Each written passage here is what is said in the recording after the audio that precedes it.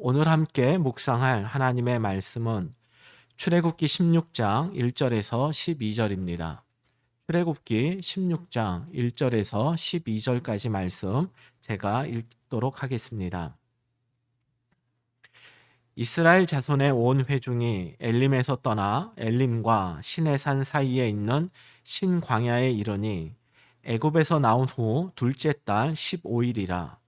이스라엘 자손 온 회중이 그 광야에서 모세와 아론을 원망하여 이스라엘 자손이 그들에게 이르되 우리가 애굽 땅에서 고기 가마 곁에 앉아 있던 때와 떡을 배불리 먹던 때에 여호와의 손에 죽었더라면 좋았을 것을 너희가 이 광야로 우리를 인도해 내어 이 온 회중이 주려 죽게 하는도다.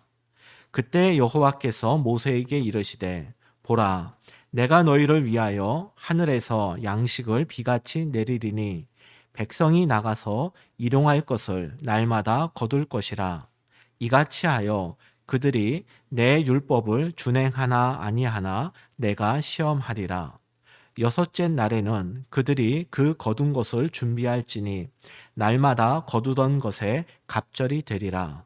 모세와 아론이 온 이스라엘 자손에게 이르되 저녁이 되면 너희가 여호와께서 너희를 애굽 땅에서 인도하여 내셨음을 알 것이요 아침에는 너희가 여호와의 영광을 보리니 이는 여호와께서 너희가 자기를 향하여 원망함을 들으셨음이라.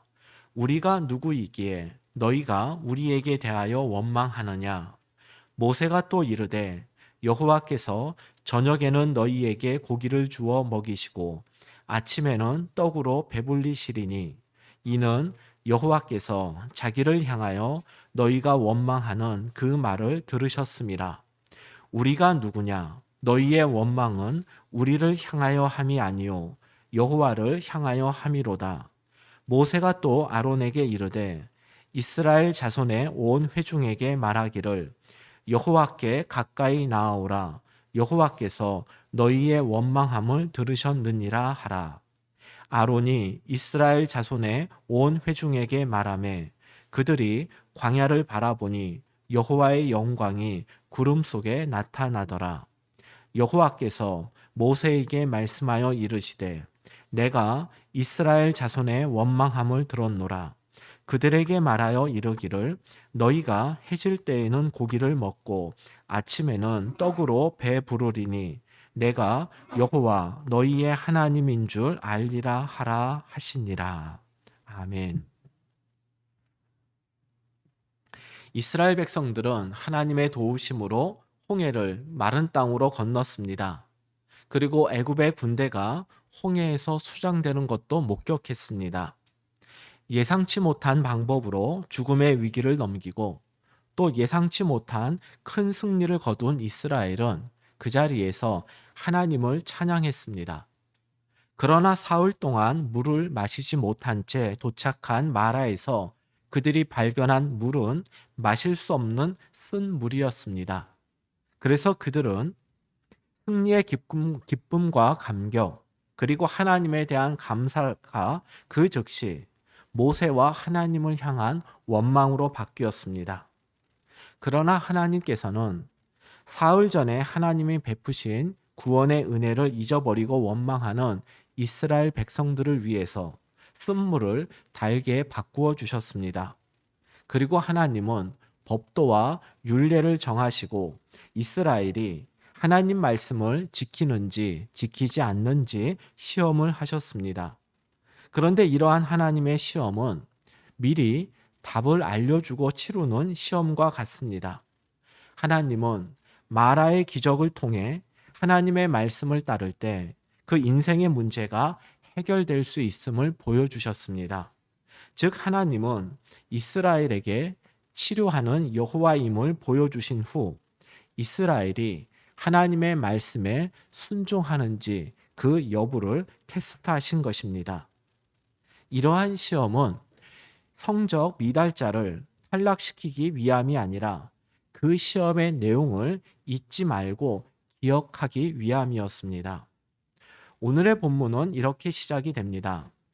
이스라엘 자손의 온 회중이 엘림에서 떠나 엘림과 시내산 사이에 있는 신광야에 이르니 애굽에서 나온 후 둘째 달 15일이라. 마라에서 쓴물이 달게 되는 기적을 행하신 하나님은 이스라엘을 물샘 열둘이 있었던 엘림으로 인도하셨습니다. 이곳에서 물 걱정 없는 시간을 보낸 이스라엘의 다음 기착지는 신광야였습니다. 성경은 이때가 애굽에서 나온 후 둘째 달 15일이라고 알려줍니다. 이스라엘은 출애굽 첫째 달 14일에 어린 양을 잡아 문설주와 임방에 발랐습니다. 그래서 장자의 죽음을 모면한 후 그 다음 날, 즉 첫째 달 15일에 애굽을 떠났고 둘째 달 15일, 즉 출애굽한 지 한 달 만에 신광야에 도착을 한 것입니다. 이어지는 말씀 보도록 하겠습니다. 출애굽기 16장 2절과 3절입니다. 이스라엘 자손 온 회중이 그 광야에서 모세와 아론을 원망하여 이스라엘 자손이 그들에게 이르되 우리가 애굽 땅에서 고기 가마 곁에 앉아 있던 때와 떡을 배불리 먹던 때에 여호와의 손에 죽었더라면 좋았을 것을 너희가 이 광야로 우리를 인도해 내어 이 온 회중이 주려 죽게 하는도다. 신광야에 도착한 이스라엘 백성들은 또다시 모세와 아론을 원망합니다. 원망의 이유는 고기와 떡, 즉 양식이 떨어졌기 때문입니다. 지난 주일에도 말씀드렸는데 우리는 마실 물이 없다고 그리고 양식이 떨어졌다고 원망하는 이 이스라엘 백성들을 한심하게 생각해서는 안 됩니다. 한 달이라면 애굽에서 나올 때 가져온 그 양식들이 다 떨어졌을 것입니다. 지금 이스라엘 백성들이 광야에 있는 것은 한 가족이 광야 횡단 여행을 하는 것이 아닙니다. 대략 200만 명이 이동을 하고 있습니다. 그 가운데에는 거동이 불편한 노약자들도 있었고 가축도 매우 많이 있었을 것입니다. 우리가 생각한 것 이상으로 이스라엘은 몸과 마음이 지쳤을 것입니다. 여러분이 바로 이 출애굽 대열에 있다고 생각해 보십시오. 당연히 우리들도 원망의 말을 쏟아내지 않았겠습니까? 하지만 원망할 수 있는 상황이라 할지라도 이 원망은 하나님이 원하시는 자녀의 모습은 아닙니다. 그래서 하나님은 결핍으로 인해 원망하는 이스라엘의 문제를 해결해 주시면서 동시에 원망할 상황에서 원망하지 않는 그 훈련을 시키십니다. 그래서 지금까지는 원망하는 이스라엘 백성들에게 그들이 원하는 것을 하나님은 그냥 다 들어주셨는데 시내산에서 하나님과 이스라엘 백성 사이에 시내산 언약이 체결된 후에는 이스라엘 백성들이 원망할 때 반드시 그 대가를 지불하게 하신 후 그들의 필요를 채워주십니다. 즉 원망은 우리가 하나님 앞에서 반드시 경계해야 할 그러한 모습이라는 것입니다. 그래서 우리도 오늘 본문을 통해 하나님이 기뻐하시지 않지만 우리에게는 너무나도 익숙한 이 원망을 멈추고 문제 속에서 믿음을 지킬 수 있는 그 비결을 좀 찾아보고자 합니다. 앞서 읽은 3절 말씀을 다시 보도록 하겠습니다. 이스라엘이 원망하는 내용이 이 3절에 나옵니다. 이스라엘 자손이 그들에게 이르되 우리가 애굽 땅에서 고기 가마 곁에 앉아 있던 때와 떡을 배불리 먹던 때에 여호와의 손에 죽었더라면 좋았을 것을 너희가 이 광야로 우리를 인도해 내어 이 온 회중이 주려 죽게 하는도다. 이스라엘은 현재의 어려움을 한 달 전 과거의 형편과 비교를 합니다. 애굽에서는 비록 노예로 살았지만 그때는 고기와 떡을 배불리 먹었는데 지금은 그 신분이 비록 자유인으로 바뀌긴 했지만 양식이 떨어져 굶어 죽게 되었다란 내용입니다. 이것을 지금 우리식으로 바꾸어 보면 이렇게 말할 수 있습니다. 예수 믿고 구원받으면 뭐 하냐? 예수 믿기 전에는 적어도 먹고 사는 걱정은 하지 않았는데 예수 믿고 나니 굶어 죽게 생겼다. 괜히 예수를 믿었다. 마치 이런 원망입니다. 이처럼 결핍의 문제는 우리의 믿음을 흔드는 큰 시험거리입니다. 그래서 우리는 결핍의 문제를 가볍게 여겨서는 안 되지만 그렇다고 해서 결핍 앞에서 낙심할 필요도 없습니다. 양식의 결핍이란 문제 앞에서 이스라엘은 왜 원망을 반복했을까요? 이 질문에 대한 답은 이미 지난 주일에 말씀을 드렸습니다. 사흘 전 이스라엘 백성들이 홍해의 기적을 경험했음에도 불구하고 극심한 갈증의 문제 앞에서 원망을 쏟아냈던 것은 이스라엘 백성들이 과거에 경험한 하나님의 은혜를 현재의 문제 속에서 하나님을 의지하는 근거로 삼지 못했다라고 말씀을 드렸습니다. 조금 더 쉽고 단순하게 말씀을 드린다면 이스라엘 백성들은 오늘의 문제에 매몰되어서 과거에 경험한 하나님의 은혜를 잊어버렸기 때문에 원망을 한 것입니다. 오늘의 결핍이란 문제 앞에서 하나님을 믿고 의지하려면 어제 나를 도와주신 그 하나님의 능력과 은혜를 잊지 말아야 합니다. 그런데 이스라엘은 마라의 문제 앞에서 홍해의 기적을 잊어버렸고 신광야의 문제 앞에서 마라의 기적과 또 엘림의 풍성한 은혜를 기억하지 못했기 때문에 이들은 또다시 원망을 반복하고 있습니다. 이스라엘이 원망을 반복한 또 다른 이유가 3절 속에 나와 있습니다. 3절을 보면 이스라엘은 지금보다 애굽 시절이 살기 좋았다. 적어도 먹을 것은 풍성했다. 이렇게 말을 하고 있습니다. 그런데 정말 애굽에서 살 때 이스라엘 백성들은 풍성한 양식을 먹었을까요? 출애굽기 2장 23절입니다. 여러 해 후에 애굽 왕은 죽었고 이스라엘 자손은 고된 노동으로 말미암아 탄식하며 부르짖으니 그 고된 노동으로 말미암아 부르짖는 소리가 하나님께 상달된지라.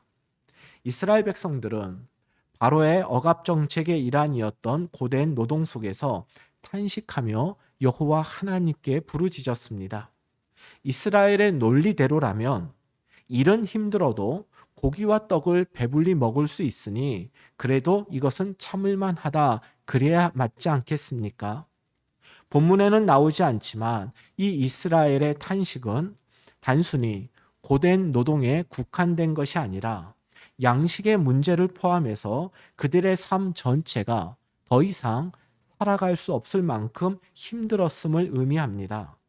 즉 광야의 고단함과 결핍의 문제는 결코 애굽의 고단함보다 크지 않았을 것입니다. 이것은 애굽에서 얼마나 어렵고 힘든 시간을 살았는지 이스라엘 백성들이 기억하지 못하는 문제가 아닙니다.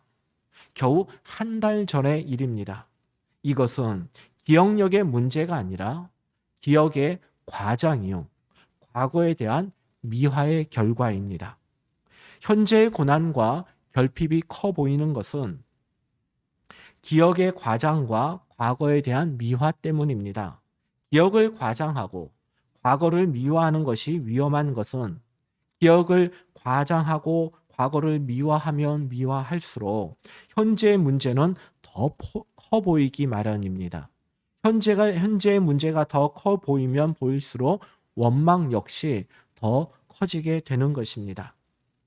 저희 집 아이들이 이런 질문을 한 적이 있습니다. 엄마는 과거로 돌아갈 수 있다면 언제로 가보고 싶어요? 엄마한테 가장 행복한 때는 언제입니까? 이런 질문을 했습니다. 여러분은 언제로 돌아가고 싶습니까? 과연 제 아내가 이 애들의 질문에 뭐라고 대답할지 제가 좀 들어봤습니다. 제 아내가 이렇게 답을 했습니다. 엄만 지금이 가장 행복해. 그래서 과거로 돌아가고 싶지 않아. 이것은 지금 저희 가정에 어려움이나 결핍이 없다란 뜻은 아닙니다. 적어도 제 아내는 현재의 문제나 결핍 앞에서 기억을 과장하거나 과거를 미워하지 않고 있다라는 의미로서 이 말을 했다고 저는 생각합니다. 그런데 기억을 과장하고 또 과거를 미워하면서 현재의 문제를 실제보다 크게 보며 원망하는 신앙인들의 공통점이 하나 있습니다. 이들은 과장하고 미워하는 그 과거의 기억이 주로 예수님을 믿지 않던 시절 또는 열심히 신앙생활을 하지 않던 그저 이름뿐인 신앙인으로 살아가던 그때를 기억하는 것입니다. 신광야에 도착한 이스라엘이 과장해서 기억하고 있는 내용도 출애굽한 이후의 시간이 아니라 바로 애굽의 시간이었습니다. 기억을 과장하고 또 과거를 미워하는 것이 위험한 것은 단지 그것이 현재의 문제를 더 크게 보게 하고 그래서 그것이 원망으로 연결되는 것만을 말하는 것은 아닙니다. 기억을 과장하고 과거를 미워하게 되면 하나님을 믿고 섬기며 사는 것보다 애굽의 바로와 우상을 섬기던 시절 하나님을 믿지 않았던 삶이 더 좋았다라는 착각을 우리에게 주게 됩니다. 하나님에 대한 불신을 키우기 때문에 우리는 이러한 과거에 대한 미화를 경계해야 합니다. 오늘의 본문 4절입니다. 그때 여호와께서 모세에게 이르시되 보라 내가 너희를 위하여 하늘에서 양식을 비같이 내리리니 백성이 나가서 일용할 것을 날마다 거둘 것이라. 만약 하나님께서 양식의 결핍이라고 하는 문제만 해결하시려 했다면 지금 읽은 것처럼 4절 상반절까지만 말씀하시면 됩니다. 그런데 하나님의 말씀은 이렇게 이어집니다. 이같이 하여 그들이 내 율법을 준행하나 아니하나 내가 시험하리라. 하나님은 이스라엘을 위해서 하늘에서 양식을 비같이 내리심으로 그 양식의 부족의 문제를 해결하시겠다고 말씀하십니다. 그리고 비같이 내리는 이 양식을 통해 이스라엘이 하나님의 말씀을 준행하나 준행하지 않는지 시험하시겠다고 하십니다. 지난 주일에 이 하나님의 시험은 테스트라 말씀을 드렸습니다. 테스트. 학교의 시험을 한번 생각해 봅시다. 시험의 기능이나 목적에 대해서 다양한 의견이 있겠지만 저는 두 가지가 핵심이라고 생각합니다. 하나는 학생들이 시험을 준비하면서 한 학기 동안 배운 내용을 다시 정리하면서 그것을 재학습하는 것. 이것이 시험의 중요한 기능이라고 봅니다. 두 번째로 시험의 또 다른 기능은 시험을 치르면서 내가 지금 무엇을 알고 무엇을 모르고 있는지, 즉 현재의 내 수준을 확인할 수 있는 것이 시험의 또 다른 기능이라고 봅니다. 즉 4절에 나오는 이 시험의 의미는 하나님이 양식의 결핍 문제를 해결해 주심으로써 이스라엘에게 그들의 수준이 지금 어디에 있는지를 알게 하시고 또 그들이 광야에서뿐만이 아니라 가나안에서 지켜야 할 성도의 모습을 배우게 하시겠다라는 의도가 담겨 있다란 말씀입니다. 하나님은 무엇으로 이스라엘 백성들을 시험하시고 또 무엇을 배우게 하실까요? 오늘의 본문 5절 이하 16장 전체는 메추라기에 관한 짧은 내용과 함께 만나에 관한 내용이 길게 기록이 되어 있습니다. 즉 하나님은 만나와 메추라기를 통해 양식 문제를 해결하시고 또 이스라엘의 수준과 그들이 배워야 할 삶의 태도를 알려주실 것입니다. 먼저 만나와 메추라기가 어떻게 이스라엘의 수준을 드러낼 것인지를 말씀드리겠습니다. 7절과 8절입니다. 아침에는 너희가 여호와의 영광을 보리니 이는 여호와께서 너희가 자기를 향하여 원망함을 들으셨습니다. 우리가 누구이기에 너희가 우리에게 대하여 원망하느냐? 모세가 또 이르되 여호와께서 저녁에는 너희에게 고기를 주어 먹이시고 아침에는 떡으로 배불리시리니 이는 여호와께서 자기를 향하여 너희가 원망하는 그 말을 들으셨습니다. 우리가 누구냐? 너희의 원망은 우리를 향하여 함이 아니요 여호와를 향하여 함이로다. 우리는 아침에 여호와의 영광을 본다라는 것이 만나를 의미하고 저녁에 고기를 먹이신다라는 것이 메추라기임을 이미 알고 있습니다. 그런데 이스라엘은 아직 하나님이 주실 양식이 무엇인지 모르고 있습니다. 그래서 이 설명이 11절과 12절에 가서 조금 더 구체화됩니다. 여호와께서 모세에게 말씀하여 이르시되 내가 이스라엘 자손의 원망함을 들었노라. 그들에게 말하여 이르기를 너희가 해질 때에는 고기를 먹고 아침에는 떡으로 배부르리니 내가 여호와 너희의 하나님인 줄 알리라 하라 하시니라.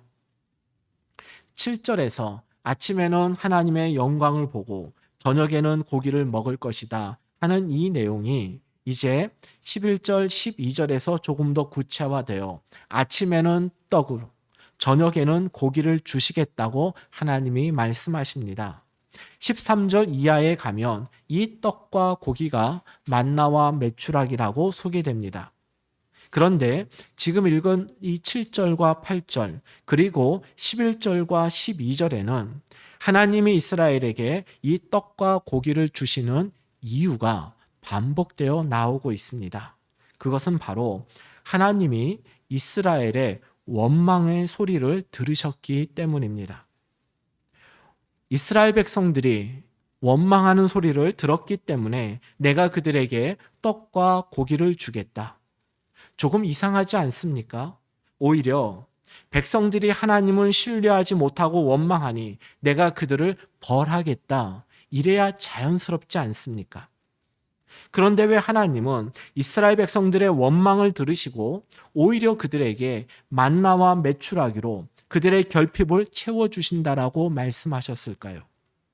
하나님은 원망하는 이스라엘 백성들에게 양식을 주심으로써 그들의 원망이 정말 배가 고파서 하는 원망인지 아니면 하나님 말씀에 순종하기 싫어서 배고픔을 핑계 삼는 것인지를 드러내고자 하시는 것입니다.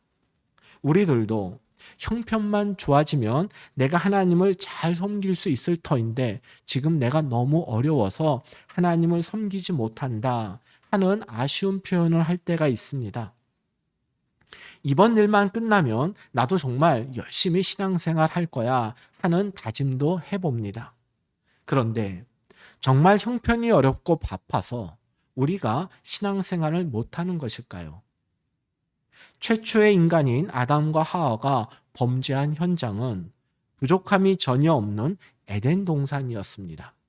이것이 우리에게 말씀하는 것은 하나님에 대한 인간의 불순종은 결코 결핍이나 환경의 문제가 아니다라는 것입니다. 오늘의 본문 5절을 봅니다. 여섯째 날에는 그들이 그 거둔 것을 준비할지니 날마다 거두던 것에 갑절이 되리라. 하나님은 나중에 만나라 부르게 되는 양식을 여섯째 날에는 평소 거두던 것의 2배를 거두라고 하십니다. 뒤에 살펴보겠지만 만나를 거둘 때 지켜야 할 대표 규정이 바로 하루치 분량만 거두는 것입니다. 수없이 쌓인 양식 앞에서 누가 하루치 분량만 거둘 수 있겠습니까? 내일도 하나님께서 변함없이 양식을 주실 것을 믿는 사람만 그 하루치 양식만 거두고 돌아갈 것입니다. 만약 하나님 말씀을 어기고 하루치 이상의 양식을 거두어 보관하면 다음 날 그 만나는 썩게 됩니다. 그런데 하나님은 안식일 전날에는 이틀치 만나를 거두라고 하십니다. 누가 이 규정을 지키겠습니까? 안식일 전날에 거두고 남긴 그 양식을 하나님께서는 썩지 않게 하실 것이다 라는 믿음이 있는 사람이 바로 이 규정을 지킬 수 있습니다. 이처럼 만나는 이스라엘의 결핍을 해결하는 양식이면서 동시에 하나님을 향한 우리 믿음의 수준을 알려주는 바로미터가 되는 것입니다. 두 번째로 만나를 통해 이스라엘이 배우고 익혀야 할 것은 또 무엇이겠습니까? 앞서 보았던 4절 말씀에 보면 마지막 부분에 그들이 내 율법을 준행하나 아니하나 내가 시험하리라 하는 말씀이 나옵니다. 여기서 내 율법을 준행하나 아니하나 이 구문을 직역하면 내 율법을 따라서 걷나 걷지 않나가 됩니다. 즉 하나님은 양식의 문제를 해결해 주심으로써 이스라엘이 하나님을 따라 걷는 법 배우기를 원하고 계신 것입니다. 오늘 설교 제목인 동행은 바로 이 구절에서 따온 것입니다. 하나님을 따라 걷는 것은 결핍의 광야에서뿐만이 아니라 풍요로운 가나안에서 이스라엘이 지켜야 할 하나님의 자녀 성도의 모습인 것입니다. 이제 만나의 특징과 또 만나 규정을 통해 하나님을 따라 걷는 그 구체적 모습은 어떠한 것인지를 알아보겠습니다. 먼저 만나의 특징 속에서 하나님을 따라 걷는 것이 어떠한 모습인지를 살펴보겠습니다. 만나의 특징은 한마디로 이것이 신령한 음식이라는 것입니다. 시편 78편 24절입니다. 그들에게 만나를 비같이 내려 먹이시며 하늘 양식을 그들에게 주셨나니. 아삽이라고 하는 사람은 만나를 하늘 양식이라고 하였습니다. 이러한 표현의 표면적 의미는 만나가 하늘에서 비같이 내렸다는, 즉 만나의 출처가 하늘이라는 의미입니다. 하지만 이것의 본질적 의미는 만나가 일반적인 먹거리와는 다른 양식이란 의미입니다. 그래서 사도 바울은 이 만나를 고린도전서 10장 3절에서 신령한 음식, 곧 영적 양식이라고 표현했습니다. 일반적인 음식과 이 만나의 차이점은 무엇이고 바울은 왜 이 만나를 신령한 음식이라고 하였을까요?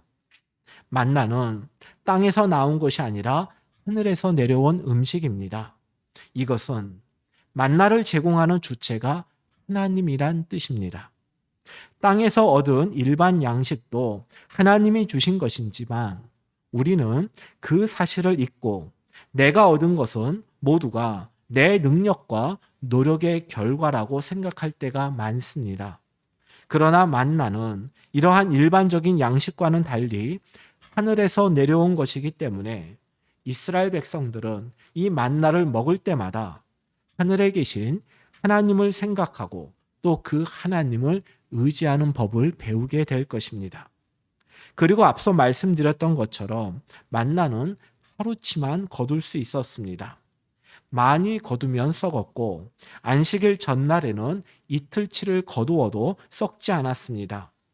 이러한 규정을 통해서 이스라엘은 하나님 말씀에 순종하는 인생을 하나님이 책임져 주신다는 사실을 깨닫게 될 것입니다.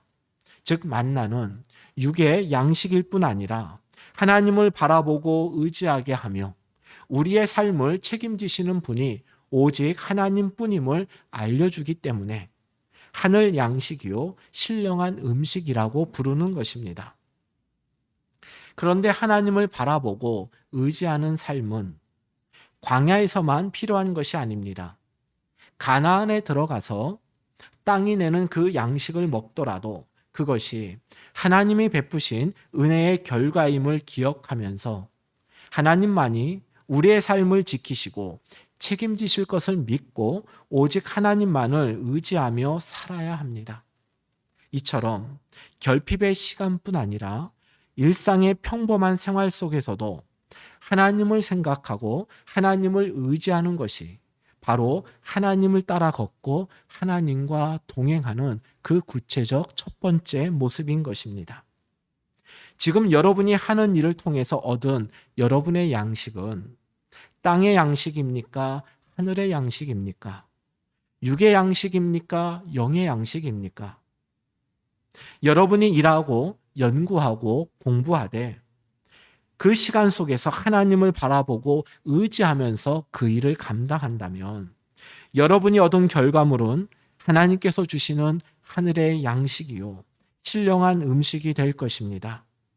어떤 상황에서도 하나님을 의식하고 의지함으로써 우리의 2022년이 하나님을 따라 걸어가는 한 해가 되고 또 여러분이 이룬 모든 것들이 하나님이 주시는 하늘의 것으로 가득한 그 복된 한 해가 되기를 바랍니다. 두 번째로 만나 규정을 통해 하나님을 따라 걸어가는 것의 의미를 생각해 보겠습니다. 출애굽기 16장 4절과 5절에 보면 만나를 거두는 규정이 나옵니다. 만나는 매일 그날 먹을 만큼만 거두고 안식일 전날에는 평소의 2배를 거두는 것이 만나의 첫 번째 규정, 가장 일반적이고 대표적 규정입니다. 앞서 이 규정은 하나님을 믿고 신뢰하는 사람만이 지킬 수 있다고 말씀을 드렸습니다. 이 규정과 관련해서 한 가지 더 말씀드릴 것이 있습니다. 분명 만나를 남겨두면 다음날 썩는 것을 볼 때 만나의 유통기한이 하루라고 생각하기가 쉽습니다. 그러나 안식일 전날에 거둔 만나는 그 다음 날에도 먹을 수 있는 것을 볼 때 이 만나의 첫 번째 규정은 유통기한과 관련된 규정은 아닐 것입니다. 이 만나의 첫 번째 규정을 통해서 우리가 꼭 기억해야 할 것은 하나님께서 인정하시는 것만 우리의 양식이 될 수 있다는 것입니다. 하나님이 인정하시지 않으면 그것은 아무리 내 눈앞에 많이 쌓여 있다 할지라도 결코 우리의 양식이 되지 못합니다. 하나님이 하루치만 거두고 남겨두지 말라고 말씀하셨을 때 만나는 하루만 우리의 양식이 됩니다. 그러나 하나님이 이틀치를 거두라고 하셨을 때에는 만나는 다음 날에도 우리의 양식이 됩니다. 이처럼 같은 만나라 할지라도 하나님이 인정하시는 날만큼만 우리의 양식이 되는 것이 만나였습니다. 이것을 우리에게 어떻게 적용할 수 있겠습니까? 같은 돈을 벌더라도, 같은 양식을 얻더라도, 같은 연구를 하더라도 하나님이 용납하시고 하나님이 원하시는 방법을 따르는 것만이 의미가 있다, 이렇게 볼 수 있습니다. 정직하고 성실하면서 손해와 불이익 또 실패가 예견되더라도 하나님이 원하시고 성경이 말씀하는 길이라면 기꺼이 그 길을 가는 것이 곧 하나님을 따라 걷고 동행하는 것입니다. 그리고 이렇게 주님이 인정하는 그 길을 갈 때 하나님께서는 우리의 양식뿐 아니라 우리 인생 전체를 책임져 주실 것입니다. 우리가 하는 그 행동들이 바로 하나님이 인정하시는 모습이기 때문입니다. 만나와 관련된 또 다른 규정, 특히 우리가 만나의 규정 속에서 놓치기 쉬운 그리고 잘 주목하지 않는 규정이 16절에 나옵니다. 여호와께서 이같이 명령하시기를 너희 각 사람은 먹을 만큼만 이것을 거둘지니 곧 너희 사람 수요대로 한 사람의 한 오멜씩 거두되 각 사람이 그의 장막에 있는 자들을 위하여 거둘지니라 하셨느니라. 만나는 한 오멜 이내에서 각 사람이 자신이 먹을 것을 직접 거두는 것이 기본 규정입니다. 그런데 장막에 있는 사람들을 위해서도 거두라는 규정이 이어서 나옵니다. 여기서 장막에 있는 사람이란 만나를 거두러 나가지 않은 사람이 아니라 만나를 거두러 나가지 못한 사람을 뜻합니다. 거동이 불편한 사람, 몸이 아픈 사람 등 자신의 하루 양식을 스스로 거둘 힘이 없는 약자나 만나를 거두러 나갈 상황이 되지 못하는 사람들이 있다면 움직일 수 있는 환경이고 또 움직일 힘이 있는 사람은 자신의 목뿐 아니라 약자들의 목까지 챙겨와 나누어 주라고 하는 것이 하나님이 정하신 만나의 규정이고 이것이 곧 하나님을 따라 걸어가는 인생입니다. 하나님의 은혜 아래에서 내가 감당해야 될 몫을 타인에게 미루지 않고 스스로 감당하는 것이 하나님께서 우리에게 기대하시는 모습입니다.